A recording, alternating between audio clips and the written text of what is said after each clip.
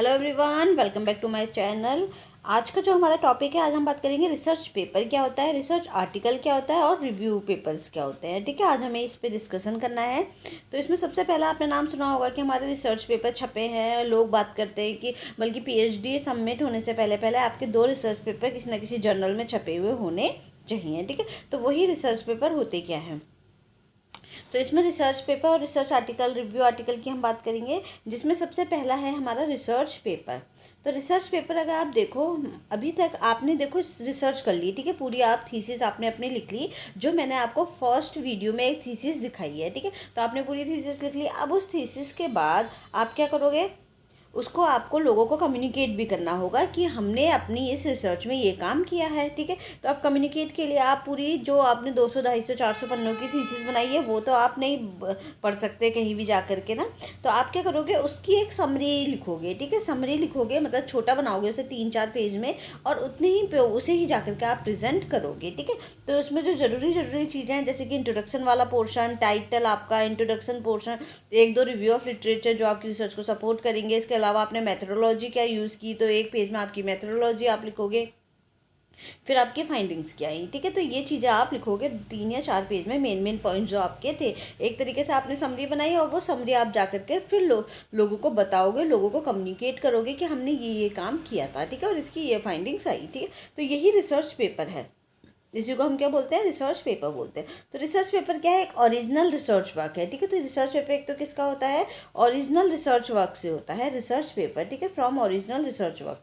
तो कहाँ से होगा, एक ओरिजिनल रिसर्च वर्क से होता है। जो भी काम आप कर रहे हो खुद से, आपने जो प्राइमरी डेटा के साथ आपने काम किया है, ठीक है, उससे आप क्या बनाओगे, रिसर्च वर्क लिखोगे। ठीक है, आपने जाकर के प्राइमरी डेटा कलेक्ट किया है, खुद से आपने काम किया है, उससे आप क्या बनाओगे, रिसर्च वर्क, रिसर्च पेपर बनाओगे। ठीक है, तो यही रिसर्च पेपर होता है एक तो। उसके अलावा क्या है, फ्रॉम फ्रेश रिसर्च वर्क है। और किससे बनता है, ये आपके खुद के जो आपने फ्रेश रिसर्च वर्क की है, जो पीएचडी में आपने रिसर्च की है या एमएससी में जो भी रिसर्च की है आपने, डिजर्टेशन रिसर्च, ये उससे बनता है। ठीक है, और ये क्या है, इसमें जो आपका रिसर्च पेपर का जो डेटा है वो क्या होगा, प्राइमरी सोर्स से कलेक्टेड होगा। हमने प्राइमरी और सेकेंडरी डेटा पढ़ा था ना, तो प्राइमरी सोर्स वाला डेटा ही हमारा रिसर्च पेपर में हम इंक्लूड करेंगे। इसका उद्देश्य क्या होता है, सेमिनार में प्रेजेंट करने के लिए। मतलब कि आपने जो भी अपना काम किया है, उस काम को आप समरी लिख करके सेमिनार में जाओगे और वहाँ पे जो 100-200 लोग आए हैं, आप उनके सामने प्रेजेंट करोगे। ठीक है, कि मैंने ये काम किया था और ये मेरी फाइंडिंग्स आई हैं। तो प्राइमरी ये आपका जो इसका उद्देश्य है वो जनरली किसमें है, सेमिनार में प्रेजेंट करने के लिए। ओरल प्रेजेंटेशन और ओरल रिप्रेजेंटेशन ऑफ नॉलेज, मतलब कि जो भी आपने नॉलेज गेन की है, जो भी आपने फैक्ट्स निकाले हैं, जो भी आपने फाइंडिंग्स है, उसको आप ओरल रिप्रेजेंटेशन दोगे। आप जा करके प्रेजेंटेशन मेथड्स के थ्रू ओरली उनको बताओगे। ठीक है, इसके बाद क्या है, active assignment of research work. ये आपका एक तरीके से रिसर्च वर्क का क्या है, असाइनमेंट है। कि आपने क्या किया, रिसर्च वर्क जो हो गई, आपने उसका असाइनमेंट बनाया। और ये आपका किस में एक्टिव असाइनमेंट है, और इसमें कुछ चीज़ें फिक्स्ड होती है। जैसे कि फिक्स्ड आप रिसर्च पेपर एक फिक्स्ड फॉर्मेट में बनाओगे। जो APA का जो फिक्स्ड फॉर्मेट है रिसर्च पेपर का, आप उसमें ही रिसर्च पेपर बनाओगे। फिक्स्ड टाइम पे आप रिसर्च बनाओगे और फिक्स्ड रिजल्ट में आप रिसर्च पेपर बनाओगे। ठीक है, तो आपका जो भी रिजल्ट है उसके अकॉर्डिंग आप अपनी रिसर्च पेपर बनाओगे। ठीक है, तो ये आपका पूरा रिसर्च पेपर है। इसके अलावा है आपका, ये कौन लिखते हैं, ये written by students, scholars and scientist. ठीक है, कौन कौन लिख सकते हैं ऐसे, स्टूडेंट्स लिखते हैं, यहाँ शायद आ नहीं रहा है, ये स्टूडेंट्स लिखते हैं, स्कॉलर्स लिखते हैं। स्कॉलर्स मतलब जो PhD के स्टूडेंट्स होते हैं जो रिसर्च करते हैं। ठीक है, और साइंटिस्ट। ठीक है, साइंटिस्ट, ये लोग अपना रिसर्च पेपर बनाते हैं और फिर लोगों को जा करके अपनी फाइंडिंग्स को बताते हैं। रिजल्ट ऑफ रिसर्च वर्क, और मेन इसमें क्या होता है, आपका रिजल्ट ऑफ रिसर्च वर्क आएगा। मेन जो फोकस है वो किस पे होता है, रिसर्च वर्क पे फोकस होता है। ठीक है,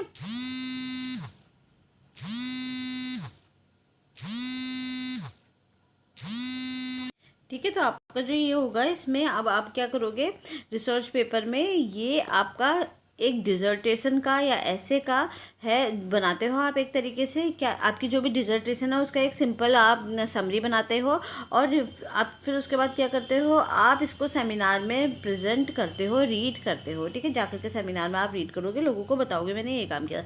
और उसके बाद जब ये पब्लिश हो जाएगा जर्नल में, जब इसको पब्लिश करते हैं तो इसको हम रिसर्च आर्टिकल बोलेंगे। ठीक है, रिसर्च पेपर क्या होता है, रिसर्च पेपर और रिसर्च आर्टिकल में यही अंतर है। रिसर्च पेपर क्या है, रिसर्च पेपर हमने सिंपल जो सेमिनार में जाके पढ़ा है, ठीक है। उसके बाद जब वो पब्लिश हो गया है, जो भी आपने पढ़ा है, उसके बाद जब वो पब्लिश हो जाएगा किसी जर्नल्स में, ठीक है, जर्नल्स में जब वो पब्लिश हो जाएगा तो हम इसे क्या बोलेंगे, रिसर्च आर्टिकल बोलेंगे, ठीक है। रिसर्च पेपर आपका सेमिनार में जाके पढ़ोगे, और जब वो रिसर्च पेपर जब आपने सेमिनार में पढ़ा, फिर सेमिनार वालों ने उसे पब्लिश करवाया, क्योंकि सेमिनार वाले भी जर्नल्स निकालते हैं फिर उसमें पब्लिश करते हैं, ठीक है। इसके अलावा फिर जब वो पब्लिश हो जाएगा तो उसको क्या बोलेंगे, रिसर्च आर्टिकल हम बोलेंगे, ठीक है। ये अंतर है दोनों में।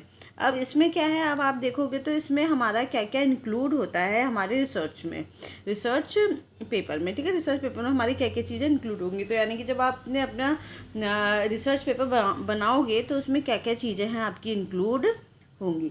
तो इसमें सबसे पहला जो इंक्लूड होगा, जो जो टॉपिक्स आपके इंक्लूड है, बिल्कुल ये वैसा ही बनेगा जैसी आपकी थीसिस बनी थी, बस इसका फॉर्मेट छोटा होगा, ठीक है। जैसे थीसिस थी वो आपकी 200 पेज में थी, ये हमें 4 पेज में बनाना है, ठीक है। तो इसमें इतना अंतर होगा। तो इसमें हम क्या करेंगे, include all steps in research, research के सभी स्टेप्स को हमने इंक्लूड करेंगे। तो कौन कौन से, एक तो आप टाइटल लिखोगे, ठीक है, टाइटल लिखोगे, broadest readership, grab attention for reader से वाई इज़ इम्पॉर्टेंट, ठीक है। टाइटल में आप लिखोगे, बड़े बड़े लेटर्स में आप टाइटल लिखोगे, और इससे क्या होगा, लोगों का अट्रैक्शन, लोग अट्रैक्ट करेंगे उसको, इस तरीके का टाइटल हो कि लोग जो है उसे अट्रैक्ट करें, ठीक है, कि आपने इस पर काम किया है। तो आपका टाइटल होगा, शॉर्ट होना चाहिए टाइटल, स्पेसिफिक होना चाहिए, इंटरेस्टिंग होना चाहिए, और मेन मैसेज टाइटल पढ़ते ही पता चल जाना चाहिए कि आपने क्या काम किया है, ठीक है। तो रिसर्च की जो टाइटल है, जो आपका टॉपिक है, वो आपका बिल्कुल क्लियर शॉर्ट होना चाहिए। तो सबसे पहले तो आप टाइटल बताओगे, उसके बाद आप लिखोगे एब्स्ट्रैक्ट, लगभग आधे पेज का, ठीक है, आधे पेज से भी कम का, 1/4 पेज का आप क्या लिखोगे, एब्स्ट्रैक्ट लिखोगे, ठीक है। एब्स्ट्रैक्ट में आप क्या क्या लिखोगे, ब्रॉड रीडरशिप, ठीक है। इसमें थोड़ा सा पढ़ने के बाद आपके दिमाग में क्लियर हो जाएगा कि जो बंदा है उसने क्या काम किया है, तो व्हाट क्या किया है, और हाउ सो व्हाट, ठीक है, उसने और उसका क्या निकल के आया है, ठीक है। तो ये आपने एक पैराग्राफ में ज़्यादा 1/4 पेज में आपने ये सारा क्लियर कर दिया, ठीक है। उसके बाद एब्स्ट्रैक्ट के बाद आएगा रीजनेबल ब्रॉड रीडरशिप, इस फिर आपका आएगा इंट्रोडक्शन, ठीक है। इंट्रोडक्शन वाला पोर्शन आएगा। इंट्रोडक्शन में आप ये बताओगे कि आपका बैकग्राउंड क्या था, इससे पहले क्या स्टडी हुई है, set your work in context, उसके बाद आपका जो इस समय जो आप काम कर रहे हो वो क्यों इम्पोर्टेंट है, ठीक है, क्या उससे आपको नॉलेज मिलेगी, और क्या आपके एम्स हैं, ऑब्जेक्टिव क्या थे आपकी रिसर्च के, आपका कुछ आप 2-4 उसमें रिव्यू ऑफ लिटरेचर डाल दोगे इंट्रोडक्शन वाले पोर्शन में, ठीक है।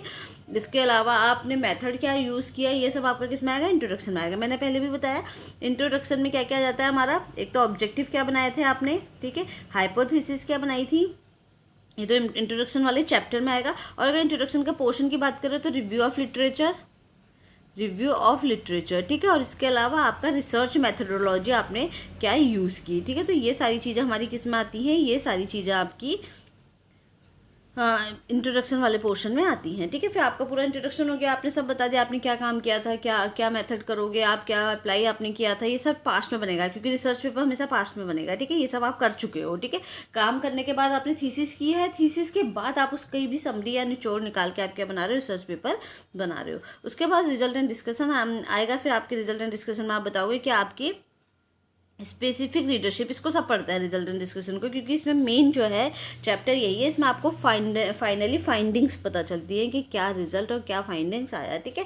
Support claims made in introduction, how do you data backup your ideas, discuss most critical surprising result, don't ignore anomalies, ठीक है। तो इसमें क्या है, आपकी जो फाइंडिंग है, ठीक है, जो भी आपकी पूरी फाइंडिंग्स आई है वो आप सब इसमें रिजल्ट एंड डिस्कशन में बताओगे, और उसे डिस्कस करोगे, देखोगे कि आपने क्या क्या फाइंडिंग्स आपकी आई हैं। इसके बाद आपका क्या आएगा, एक्सपेरिमेंट, जो भी आपने एक्सपेरिमेंट यूज़ किए, वेरी स्पेसिफिक, ये उनके लिए होता है जो सच में एक टेक्निकल लैंग्वेज को पढ़ना चाहते हैं, ठीक है। Right your experiment so other can follow, जो भी आपने मेथड और प्रोसीजर फॉलो किया है एक्सपेरिमेंट्स, वो आप पूरा लिखोगे ताकि और लोग भी जो है उसको फॉलो कर सकें, उससे सीख सकें, ठीक है। बी कंसिस्टेंट और do not keep small details are secret, ठीक है। और कुछ भी आपको क्या करना है, सीक्रेट नहीं करना। लास्ट में आप कंक्लूजन लिखोगे, ठीक है। कंक्लूजन, जो भी आपने इतना बड़ा रिसर्च पेपर लिखा है 4 पेज का, उसको आपको 5-6 लाइन्स में अपना कंक्लूजन भी देना है कि फाइनली उस पूरे रिसर्च पेपर से क्या निकल के आया, ठीक है। 6 to 8 सेंटेंस में आपने लिखना है समरी ऑफ मेन रिजल्ट की समरी है ये। स्पेसिफिक एंड कंसाइज होनी चाहिए, बिल्कुल स्पेसिफिक और छोटी होनी चाहिए। वाई इंपॉर्टेंट, क्यों इंपॉर्टेंट थी हमारी, useful in wider field, and what next, ठीक है। और फिर आप क्या दोगे, इसके रेफरेंसेस दोगे। लास्ट में आप क्या दोगे, रेफरेंसेस दोगे कि आपने अगर अपनी रिसर्च आर्टिकल्स में कोई भी चीज़ आपने रिसर्च पेपर में कोई भी चीज़, आपने कोई भी सेंटेंस, कोई भी रिव्यू आपने किसी और दूसरी की रिसर्च का लिया है तो उसको पूरा आप साइटेड दोगे, पूरा लिटरेचर साइटेड में वाले रेफरेंसेस वाले में आप उसको दोगे। ठीक है, तो ये सारे स्टेप्स हैं, ये सब वही स्टेप्स हैं जो हमने रिसर्च में पढ़े थे। ठीक है, समझ में आया? तो बिल्कुल सेम वही है जो आपने इसको रिसर्च में पढ़ा था। फिर नेक्स्ट है आपका कॉन्सेप्चुअल पेपर क्या होता है। ठीक है, तो रिसर्च पेपर समझ में आ गया, रिसर्च पेपर क्या है। तो अब है हमारा कॉन्सेप्चुअल पेपर। ठीक है, कॉन्सेप्चुअल पेपर होता है नॉट बेस्ड ऑन डेटा, ये डेटा पे बेस्ड नहीं होता। Present research on logic and lucid style, analytic और आर्गुमेंटेटिव होता है। एट लास्ट बिब्लियोग्राफी इंक्लूडेड और ओरल रिलेटेड। ठीक है, ये भी ओरल प्रेजेंटेशन पे आएगा आपका कॉन्सेप्चुअल पेपर। ठीक है, कॉन्सेप्चुअल पेपर किस में आता है आपका, ओरल रिलेटेड प्रेजेंटेशन में आता है। ठीक है, इसमें क्या है आपका एट लास्ट बिब्लियोग्राफी इंक्लूडेड, और लास्ट में आपकी क्या आती है, बिब्लियोग्राफी को हम इंक्लूड करते हैं। ठीक है, एनालिटिकल या आर्गुमेंटेटिव होता है ये, इसमें आर्गुमेंटेटिव और एनालिटिकल होता है। इसमें आप चीज़ों को कॉन्सेप्ट से समझते हो। ठीक है, इसमें हम कोई डेटा वेटा की बात नहीं करते, हम क्या समझ रहे हैं उसको पढ़ के, not based on data, data पे बेस्ड नहीं होता है। ठीक है, इसमें हम क्या देखते हैं, present research on logical lucid style, मतलब आप कोई भी रिसर्च है उसको लॉजिकल मैनर में करोगे, आप अपने दिमाग से, जो आपके सब्जेक्टिव है, आप जो लॉजिक लगा रहे हो उससे हम इसको कॉन्सेप्ट्स को क्लियर करते हैं। ठीक है, एनालिटिकल एंड आर्गुमेंटेटिव होता है, इसको एनालिसिस करोगे आप किसी भी टॉपिक को, और उसमें आर्गुमेंट भी आप कर सकते हो। ठीक है, आर्गुमेंट भी इस पर हो सकते हैं, क्योंकि फैक्ट्स की बात नहीं हो रही ना, तो किसी को सही लगेगा किसी को नहीं लगेगा, तो यहाँ पे क्या है, ये आर्गुमेंटेटिव भी हो सकता है।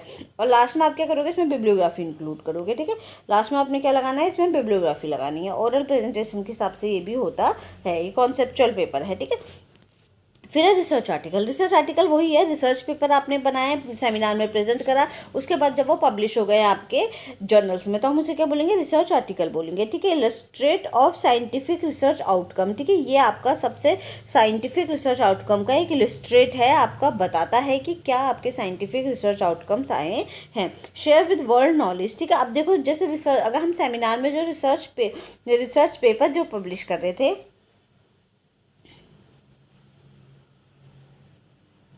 ठीक है, सेमिनार में जो हम रिसर्च पेपर पब्लिश कर रहे थे उसमें क्या था आपका, उसमें हमने जाकर के कितने ज़्यादा 200-300 लोग होंगे सेमिनार में, उनके सामने हमने प्रेजेंट किया। ठीक है, लेकिन इसको क्या करोगे आप, जब इसे जब ये बुक्स में छप जाएगी तो ये हज़ारों लोगों तक, लाखों लोगों तक पहुंच सकती है। तो ये क्या है, शेयर विद वर्ल्ड नॉलेज। आप क्या करोगे, इसे वर्ल्ड नॉलेज के साथ शेयर करोगे।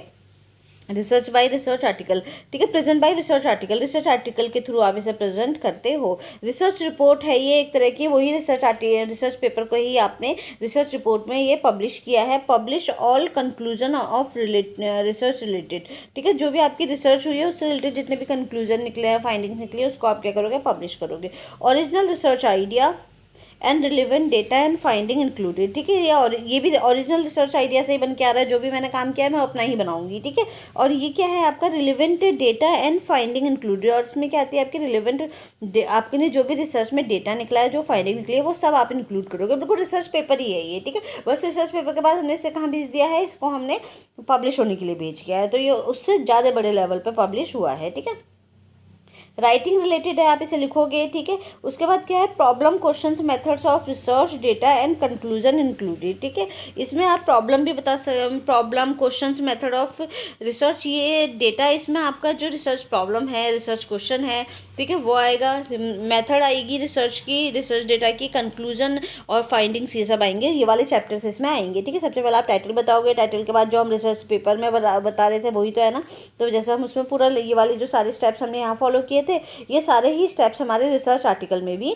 आएंगे। ठीक है, फिर आपने इसके बाद क्या किया, publish in newspaper, magazines, consumer and industry publication. ठीक है, इन्हें हम न्यूज़पेपर में पब्लिश करा सकते हो आप, मैगजीन में, जर्नल्स में, और आपके जो कंज्यूमर या इंडस्ट्री पब्लिकेशन, जो आपके खुद के जो कंपनीज़ हैं, जो ऑर्गेनाइजेशन है, वो अपना खुद का पब्लिकेशन करते हैं, तो वहाँ भी आप इसे पब्लिश करा सकते हो। ठीक है, फिर है written and peer reviewed scientific या मेडिकल जर्नल। ठीक है, आप इसको बहुत सारे जर्नल्स हैं, peer reviewed scientific and medical journals आते हैं, उनमें आप इन्हें पब्लिश करा सकते हो। जर्नल क्या होते हैं, सब लोग अपनी रिसर्च करते हैं, रिसर्च करने के बाद वो अपने शॉर्टकट में रिसर्च पेपर बनाते हैं, और फिर उन रिसर्च पेपर को कहाँ भेजते हैं, उन जर्नल्स में छपने के लिए भेजते हैं। तो जर्नल क्या एक तरह की बुक है जिसमें एक टॉपिक से रिलेटेड सारे रिसर्च पेपर जो है वो छपते हैं। ठीक है, फिर है आपका सपोर्ट क्लिनिकल डेटा। ये क्लिनिकल डेटा को सपोर्ट करती है, जो भी आपका डेटा आया है बिल्कुल उसी डेटा पे ये बात करेगी, ठीक है।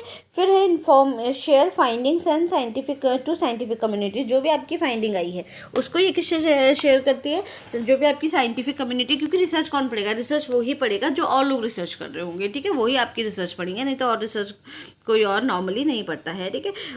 इन्फॉर्मेटिव ऑफ इन नेचर, ये नेचर में क्या होती है, इन्फॉर्म करती है लोगों को, ठीक है। तो ये क्या है, ये आपका रिसर्च आर्टिकल है। तो रिसर्च आर्टिकल और रिसर्च पेपर सेम है, बस रिसर्च आर्टिकल में क्या हम पब्लिश करा रहे हैं और ज़्यादा लोगों तक हमारी पहुँच रहा है हमारा रिसर्च आर्टिकल, ठीक है। फिर अंतर क्या है हमारा रिसर्च पेपर और रिसर्च आर्टिकल में, अंतर है हमारा, ठीक है। तो इसमें अगर आप देखोगे रिसर्च पेपर रिसर्च आर्टिकल में अंतर क्या है, तो इसमें आप देखो रिसर्च पेपर कौन सा था, जो हम जर्नल्स में छापते थे, ठीक है, ये हमारा जर्नल्स वाला था, नहीं सॉरी, रिसर्च पेपर था हमारा वो जो हम सेमिनार्स में जाकर के प्रेजेंट कर रहे थे, ठीक है। सेमिनार्स में आपको जो भी हमारा सिंपोजियम है इन सब में आप जाकर प्रेजेंट कर रहे थे, ओरल प्रेजेंटेशन वाला, ठीक है। ये हमारा क्या था, ये हमारा पब्लिश्ड वाला था, पब्लिश्ड वाला, ठीक है, पब्लिश्ड वाला, ये हमारा क्या था, ये हमारा पब्लिश्ड वाला था, ठीक है। तो ये आपका ये अंतर है। मेन पब्लिश कौन सा हो रहा है, रिसर्च आर्टिकल हो रहा है। रिसर्च पेपर हमारा क्या है, रिसर्च पेपर हमारा जर्नल्स वाला है, ठीक है, सॉरी सेमिनार वाला है। तो इसमें अगर आप देखोगे तो सबसे पहले हम अगर रिसर्च पेपर की बात करें तो रिसर्च पेपर में आपका क्या है, रिसर्च पेपर में आपका सबसे पहले है नॉट एविडेंस बेस्ड। इसमें बहुत ज़्यादा एविडेंस नहीं होते रिसर्च पेपर में, लेकिन हमें जब आप उसे पब्लिश कराने जाओगे तो आपको उसमें एविडेंस देने होंगे, ठीक है। तो पब्लिश, क्योंकि पब्लिश कराने में आपको हर चीज़, एक भी शब्द अगर आप लिख रहे हो तो आपके पास उस शब्द का प्रूफ होना चाहिए, ठीक है, तभी वो पब्लिश होगा। क्योंकि ओरल तो आप बोल के आ सकते हो, लेकिन रिटर्न में आपका वो हमेशा के लिए एक प्रूफ रह जाएगा, तो आपको हर चीज़ का क्या देना होगा, एक एविडेंस देना होगा, ठीक है। टॉपिक क्या है, highly focus on the research on the question of research, ठीक है। जो इसका टॉपिक है वो किस पे फोकस होता है, main question of the research पे फोकस होता है। मतलब टॉपिक जो भी आपने रिसर्च क्वेश्चन रिसर्च टाइटल बनाया वो होगा आपका, ठीक है। डेटा सोर्स एंड मेथडोलॉजी जो है आपकी, data source and methods of doing research, ठीक है, मेंटेनिंग जरूरी है। इसमें डेटा आपको रखना होगा, ठीक है। डेटा सोर्स आपको, data source and method of doing research maintaining जरूरी है, ठीक है। आपको क्या करना है, मेंटेन करना है अपना डेटा सोर्स और मेथड, ठीक है। इसमें data source and method of doing research article में देना जरूरी नहीं है, ठीक है।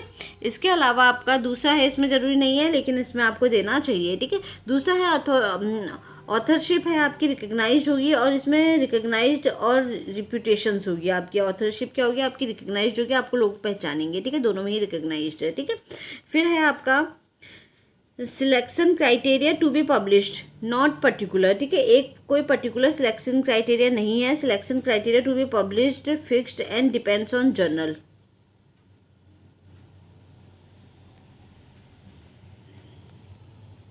तो इसमें देखो जो मेन तुम्हें याद रखना है दोनों में, उसमें तुम्हें मेन ये याद रखना है कि जो आपका ये है, ठीक है, एक तो ओरिजिनल रिसर्च वर्क तो दोनों ही है, ठीक है, और इसमें क्या है कॉन्फ्रेंस एंड, ये आपका किसमें रिसर्च पेपर आप किसमें प्रेजेंट कर रहे हो, कॉन्फ्रेंस में, सेमिनार्स में ओरल रिप्रेजेंटेशन के थ्रू कर रहे हो एज अ पोस्टर, ठीक है, इस पर कर रहे हो, ठीक है, एज अ पोस्टर कर सकते हो, oral representation of work, seminar, symposium etcetera में।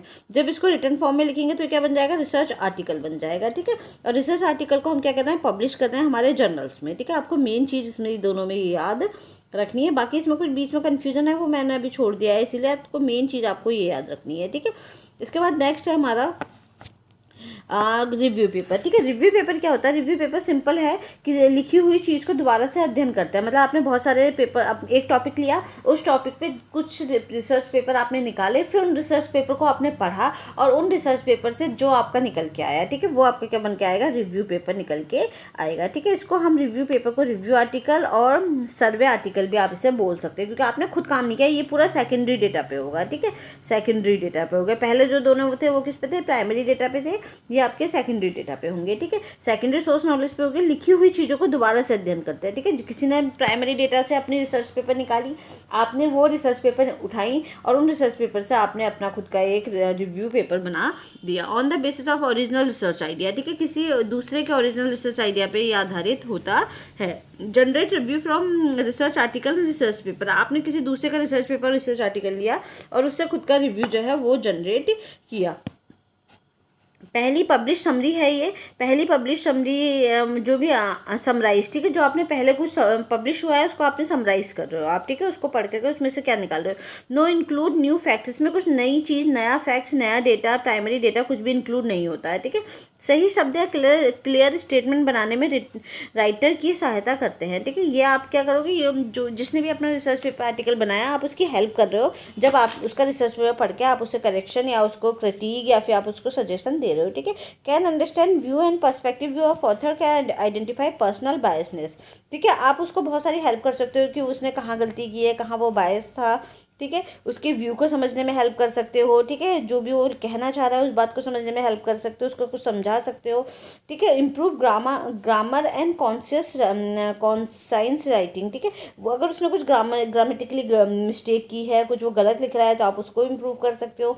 Improve mistake is not article due to the criticism, ठीक है, इन नेक्स्ट आर्टिकल, ठीक है। अगर आपका जो improve mistakes in next article due to criticism, ठीक है, ओरिजिनल राइटर के लिए है ये कि आपने उसे क्रिटिसिज्म दिया है, तो वो क्या करेगा, जब अगली बार अपना कोई रिसर्च पेपर रिसर्च आर्टिकल बनाएगा तो आपके क्रिटिसिज्म को याद रखेगा, तो अपने नेक्स्ट पेपर में गलतियाँ नहीं करेगा, ठीक है।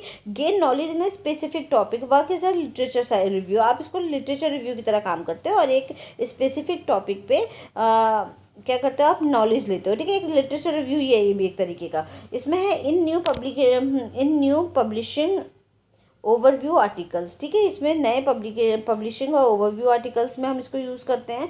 Suggestion and criticism in article, ठीक है, आर्टिकल में आप क्या दोगे, सजेशन देते हो और क्रिटिसिज्म देते हो, ठीक है, उसकी चीज़ों को गलत चीज़ें बताते हो और सजेशन वाली चीज़ें बताते हो। तो रिव्यू पेपर कुछ नहीं है, रिव्यू पेपर में क्या आएगा आपका, जो आपने किसी का रिव्यू पेपर लिया, ठीक है, किसी दूसरे ने रिसर्च पेपर बनाया है, रिसर्च आर्टिकल बनाया, आपने उसको उठाया, उसे पढ़ा और उसको उसमें से आपको क्या समझ में आया, ठीक है, वो आपने उसको लिख करके उसके नाम से भेज दी, पब्लिश करा दिया। तो वो जब अपना रिसर्च पेपर पढ़ेगा, आपका पढ़ेगा रिव्यू पेपर, तो उसे अपने बारे में जो भी वो गलती उसने की होगी या जो पॉजिटिव चीज़ होंगी उनको वो पढ़ सकता है, ठीक है।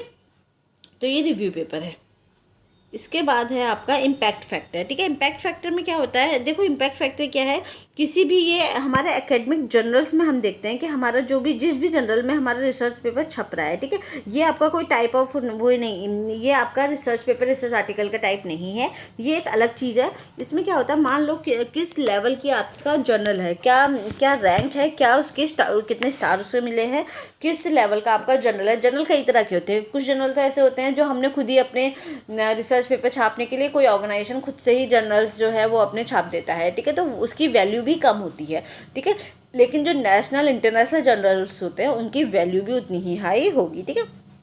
तो ये क्या है, इम्पैक्ट फैक्टर में क्या है, इम्पैक्ट फैक्टर का मतलब एक तरीके से वैल्यू कितनी है आपके जर्नल की, ठीक है। तो मैं इसका क्या आएगा, मेजर ऑफ फ्रिक्वेंसी, ठीक है, एक साल के अंदर किसी भी जर्नल से में लिखा गया एक आर्टिकल कितने बार साइटेड किया गया है। अगर आपका बहुत हाई लेवल का जर्नल है तो उस जर्नल में जो भी आर्टिकल लिखे होंगे ज़्यादा लोग उसे सर्च करेंगे और उस आर्टिकल को अपनी रिसर्चेज में साइटेड करेंगे, रेफरेंसेस में डालेंगे, ठीक है। तो ये क्या बताता है, उतना ही ज़्यादा आपका इम्पैक्ट फैक्टर होगा कि कितने लोगों ने आपकी जो रिसर्च पढ़ी है, आपका जर्नल पढ़ा है, जर्नल के अंदर आपकी रिसर्चेज पढ़ी हैं और इन रिसर्चेज को अपनी रिसर्च में साइटेड किया है, पीछे रेफरेंस में डाला है, तो वो क्या कहलाएगा, वो आपका इम्पैक्ट फैक्टर यही डिसाइड करता है, ठीक है। इन एकेडमिक जर्नल में हम देखते हैं इम्पैक्ट फैक्टर, जर्नल पर एवरेज नंबर ऑफ साइटेशन, कितने आपने उस जर्नल के कितने साइटेशन यानी कि कितने जो रिसर्चेज हैं उनको साइटेशन किया है उस जर्नल को लोगों ने, ठीक है, मतलब मैंने अपनी रिसर्च में कितने जर्नल्स को मेंशन किया है, ठीक है, तो वो ही इम्पैक्ट डिसाइड करेगा। तो जब बहुत सारे लोग जर्नल्स को अपनी रिसर्च में उनका नाम डालते हैं, जर्नल का और उनकी रिसर्च का नाम, तो ये क्या करता है, उसके इम्पैक्ट फैक्टर को बढ़ाता है हमारे जर्नल्स के, ठीक है। अगर किसी रिसर्च आर्टिकल को साइटेशन देना होगा तो उस जर्नल का भी इम्पैक्ट फैक्टर चेक करते हैं, ठीक है। तो अगर हमें किसी भी रिसर्च आर्टिकल को साइटेशन देना है तो मतलब किसी भी रिसर्च आर्टिकल है उसको साइटेशन अगर आप देखना है तो आप जर्नल का इम्पैक्ट फैक्टर भी देखोगे कि किस तरह के जर्नल में छपा है, किस वैल्यू का जर्नल है, वो क्या इम्पैक्ट फैक्टर है जर्नल का। अगर अच्छा इम्पैक्ट फैक्टर होगा तो आपको अपनी रिसर्च में डालना चाहिए, नहीं तो आपको अवॉइड करना चाहिए, ठीक है। Research paper publish in international journal, तो उनकी वैल्यू ज़्यादा होगी, ठीक है। जो रिसर्च पेपर हमारे इंटरनेशनल जर्नल्स में छप रहे हैं उनकी वैल्यू भी क्या होगी, ज़्यादा होगी, ठीक है। तो उनकी जर्नल भी क्या, उनकी वैल्यू भी क्या होगी, ज़्यादा होगी। जर्नल का कितना इम्पैक्ट फैक्टर है, तो कितना इम्पैक्ट फैक्टर हमारा किसका है, जर्नल का है, ठीक है। कितनी वैल्यू है, एक तरीके से कितना इम्पैक्ट है उस जर्नल का, ठीक है। यह वैल्यू इम्पैक्ट फैक्टर होती है, और यही वैल्यू क्या होती है, हमारी इम्पैक्ट फैक्टर होती है, ठीक है। जितना ज़्यादा अच्छा जर्नल होगा, जितने लोग उसे अपनी रिसर्च में डाल रहे होंगे उस जर्नल से रिसर्चेज ले लेके, वही उसका इम्पैक्ट फैक्टर डिसाइड करेगा। आर्टिकल कितने लोगों तक पहुंचेगा, कितना ज़्यादा उसकी वैल्यू होगी, जर्नल्स को कितना एवरेज नंबर ऑफ साइटेशन मिला है, कितने लोग उस जर्नल्स को पढ़ रहे हैं एक तरीके से, ठीक है। तो कितना नंबर ऑफ साइटेशन उसको मिला है। साइटेशन क्या है, जहाँ से भी नॉलेज लिया है उसके बारे में रेफरेंस देना, ठीक है। साइटेशन जो हम पीछे रेफरेंस दे रहे हैं ना, तो रेफरेंस में आप ये देखोगे कितने लोगों ने मेरे जर्नल में से रिसर्च पेपर लेकर के तब पीछे रेफरेंस दिया है, ठीक है। तो उतने ज़्यादा मेरी रिसर्च की वैल्यू होगी, ठीक है। तो ये क्या है, जहाँ से भी नॉलेज लिया है उसके बारे में रेफरेंस देना। जिस जर्नल का इम्पैक्ट फैक्टर ज़्यादा है तो उसकी वैल्यू भी क्या होगी, हाई होगी, ठीक है। जितने ज़्यादा लोगों ने उसको पढ़ा है, जितने ज़्यादा लोगों ने उसे अपनी रिसर्च में इंक्लूड किया है, पीछे रेफरेंस में डाला है, तो उतनी ही ज़्यादा उसकी क्या होगी, इम्पैक्ट होगी, इम्पैक्ट फैक्टर ज़्यादा होगा। Most cited of journal and journals article होगी। तो अगर जितना ज़्यादा साइटेड, जितने ज़्यादा लोगों ने उसको अपने रेफरेंस में डाला है, साइटेड मतलब नीचे पीछे लिटरेचर रिव्यू जो होता है, ठीक नहीं, सॉरी, रेफरेंसेस जो होते हैं, ठीक है। रेफरेंसेस में जितना आप लोगों ने उसको यूज़ किया है उतनी ही ज़्यादा उसकी क्या होगी, वैल्यू होगी, ठीक है। तो ये इम्पैक्ट फैक्टर है। तो जब भी आप कोई रिसर्च पब्लिश करो अपनी, तो ये जरूर देखो कि आप जिस जर्नल में आप उसे भेज रहे हो उसका इम्पैक्ट फैक्टर कितना है, ठीक है। तो ये हमारा आज जो है लगभग रिसर्च का पूरा टॉपिक जो है वो कंप्लीट हो गया है। तो मुझे लगता है रिसर्च लगभग हमारी सब कंप्लीट हो चुकी है आज के टॉपिक के साथ। अब हम कल से अपना नया सब्जेक्ट लेके चलेंगे। तो रिसर्चेस तो मेरे हिसाब से अब कंप्लीट हो गई है, बस रिसर्च में एक टॉपिक और बच रहा है जो है आपका एथिक्स का, ठीक है, रिसर्च एथिक्स का। पर मुझे लगता है एथिक्स में ऐसा कुछ है नहीं, सिंपल सा है। वो ये है कि किसी के रिसर्च, अगर आप किसी की कोई लाइन ले रहे हो तो आपको उसका साइटेशन देना चाहिए, उसको उसका क्रेडिट देना चाहिए, आपको अपने रेफरेंस बिल्कुल सही लिखने चाहिए, बिल्कुल आपको एग्जैक्ट रेफरेंसिंग करनी चाहिए, आपको कोई भी अपनी रिसर्च में फ्रॉडरी नहीं करनी चाहिए, झूठ नहीं बोलना चाहिए, बिल्कुल जो आया है टाइप 1 टाइप 2 एरर नहीं होने चाहिए, जैसा आया है आप उसको वैसा का वैसा ही बताओगे और अपनी रिसर्च में किसी भी तरीके की बेईमानी नहीं करोगे। तो वो आपकी पूरी रिसर्च एथिक्स है, ठीक है। इसमें एक वर्ड और है जिसे हम बोलते हैं प्लेगरिज्म, ठीक है। प्लेगरिज्म में क्या होता है आपका, प्लेगरिज्म, ठीक है। आजकल बहुत सारे सॉफ्टवेयर आ रहे हैं जिसे हम बोलते हैं प्लेगरिज्म, ठीक है। सॉफ्टवेयर क्या करता है, वो आपके रिसर्च में आपके जो डॉक्यूमेंट्स है उसको सर्च करेगा, जितनी भी आपने 300-400 पेज की अपनी रिसर्च छापी है तो उसको आपको कहाँ डालना होगा, एक प्लेगरिज्म चेकर में डालना होगा, ठीक है। इसके बहुत सारे ऐप आ रहे हैं, हर यूनिवर्सिटी के अपने अपने ऐप भी होते हैं इसके। तो प्लेगरिज्म में जब आप उसे डालोगे तो वो आपका पूरा बता देगा कि आपने कोई भी जो रिसर्च है वो कहाँ से ली, आपने कोई भी लाइन जो है अगर आपने कहीं से चेपी है, कहीं किसी की लाइन आपने थोड़ी बहुत इधर उधर मॉडिफाई करके अपने रिसर्च में डाल दिया, तो वो एक एक चीज़ उसमें पकड़ लेगा, ठीक है।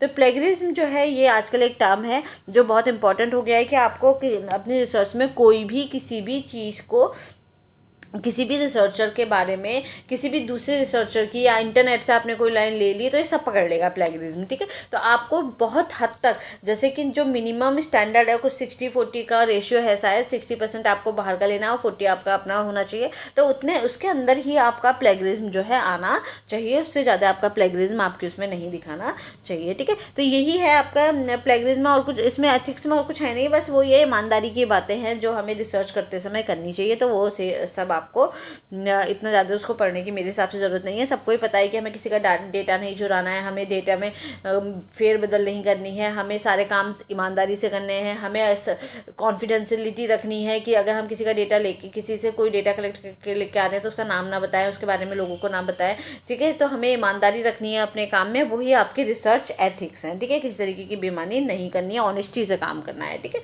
तो वही एथिक्स है। इसमें प्लेगरिज्म है एक टर्म। प्लेगरिज्म में क्या है, अगर आप कहीं से भी किसी भी चीज़ को चेपते हो, आप इंटरनेट से ऐसी कैसी आपने पैराग्राफ उठा के डाल दिया और फिर आपने उसको साइटेशन भी नहीं दिया है, तो उससे क्या होगा, आपका जो प्लेगरिज्म वाले जो सॉफ्टवेयर हैं ये पकड़ लेंगे कि आपने ये चीज़ यहाँ से उठाई है, ठीक है। तो इसी को क्या बोलते हैं, आजकल रिसर्च में बहुत ज़्यादा शक्ति चल रही है कि आप, कई बार क्या होता है, लोग अपनी दूसरे की रिसर्च ऐसी कैसी ही अपने में उसमें कन्वर्ट करके लिख लेते थे पहले, पर अब वो सब बंद हो गया है क्योंकि प्लेगरिज्म के सॉफ्टवेयर आ गए हैं, ठीक है। तो बस इसमें अब मुझे नहीं लगता इसमें कुछ और रिसर्च में बचा है, पर अगर कुछ मुझे ऐसा दिखेगा नए क्वेश्चंस के अकॉर्डिंग तो मैं इसमें वीडियो डाल करके इसी में आगे इंक्लूड करती रहूँगी। पर आज रिसर्च हमारा लगभग कंप्लीट हो गया है। Thank you everyone, have a nice day.